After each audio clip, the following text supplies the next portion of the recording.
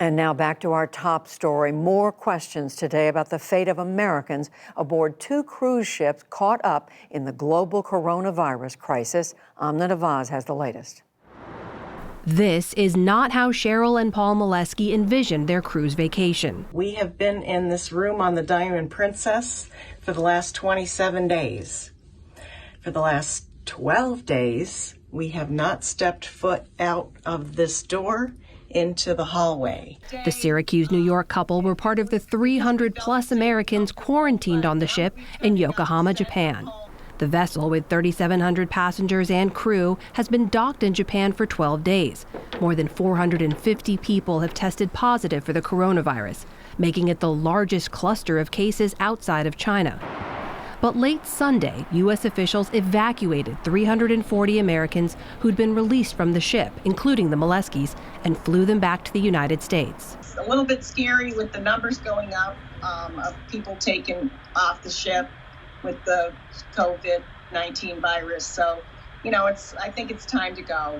I think it's time to cut our losses and take off.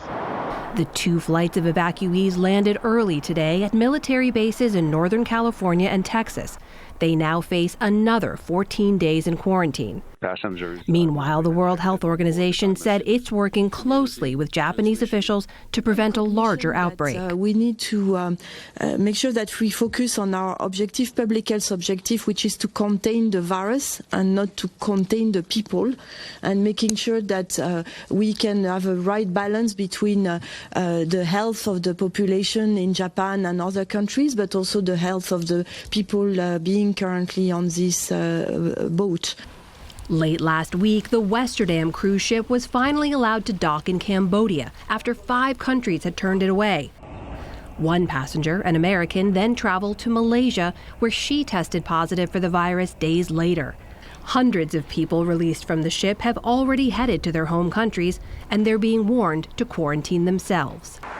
In China, health experts say the outbreak may be stabilizing.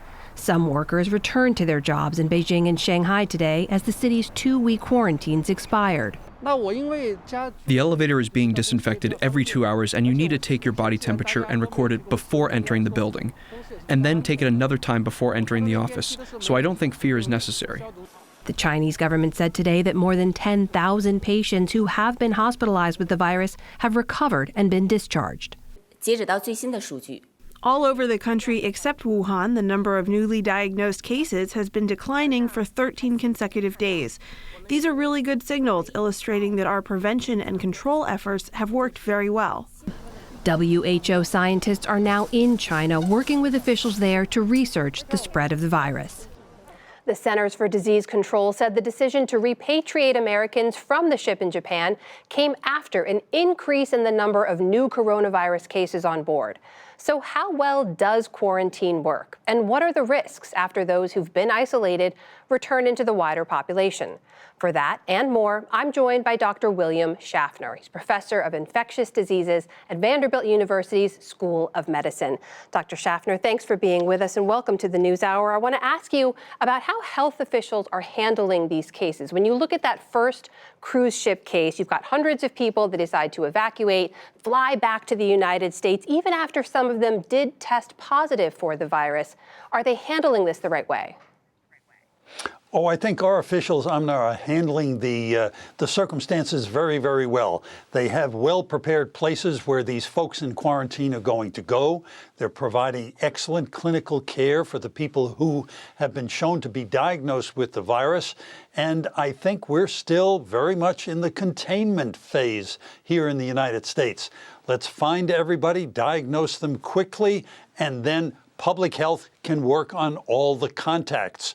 So I think our officials have this one under control. Okay, what about the rest of the world now? We also just told the story about that second cruise ship. It was allowed to dock in Cambodia. You've got hundreds of passengers who disembarked and have already made their way onto other places. That one known case of a positive coronavirus test we know about. What are your concerns when it comes to that? Yeah, well, there, I'm a little bit more concerned because there's turmoil and there was not a consistent policy. People who've been exposed now have traveled to many parts of the world. I hope they're being identified, and I hope local public health officials are contacting them and keeping them under surveillance. I'm not sure that's happening, and we have now the possibility of little individual outbreaks starting in other countries, because if those people are infected, they could start chains of transmission in other countries. That would not be a good thing. So tell me a little bit about what we do know about standards of quarantine. We've been hearing a lot from passengers here who have had to go through that 14-day quarantine, some very emotional tales that they're telling too. One woman saying, you know, I feel like I've lost a month of my life after 14 days of quarantine in Japan, 14 days more back in the United States. What is that quarantine like? And do you know if other countries are standardizing it in any way? I don't think there's any standardization, but certainly I feel for, and my hat is off to all the people who've been quarantined. It must be very, very boring. The rest of your life is moving on, and you can but deal with it through your iPhone. And it must be very, very difficult. Also, you're in isolation or semi-isolation, so there's not a whole lot of interaction with other individuals. It's not a very pleasant experience. You're being imprisoned by a virus. I have to ask you, Dr. Schaffner, there's a lot we don't yet know about the virus, but there's a number of theories that are being circulated and shared, and I'd like to get your take on them for the sake of making sure we're getting the right information out to our audience. There's some skepticism, it's fair to say, around information coming from the Chinese government where the virus is believed to have originated in China. And there was this moment from Arkansas Senator Tom Cotton, who gave an interview just yesterday on Fox News, and he was asked about the origins of the virus. Take a listen to this. We don't know where it originated, but we do know that we have to get to the bottom of that. We also know that just a few miles away from that food market is China's only biosafety level 4 super laboratory that researches human infectious diseases. Now, we don't have evidence that this disease originated there, but because of China's duplicity and dishonesty from the beginning, we need to at least ask the question. Dr. Schaffner, what's your response to that? Well, it's a question that needs to be addressed, but I must say there are no scientists or public health officials around the world who think that this is a somehow escaped virus from a containment facility. This is a virus just as the SARS virus was and the MERS virus, the Middle East Respiratory Syndrome viruses. These were coronavirus that came to humans from animals. That's what happened with this case. To Senator Cotton's point, we've heard this before, though, there is skepticism around the information coming from the Chinese government. Do you trust the numbers as reliable coming from the government? Well, the numbers of cases coming from China have changed over time because their case definition has changed.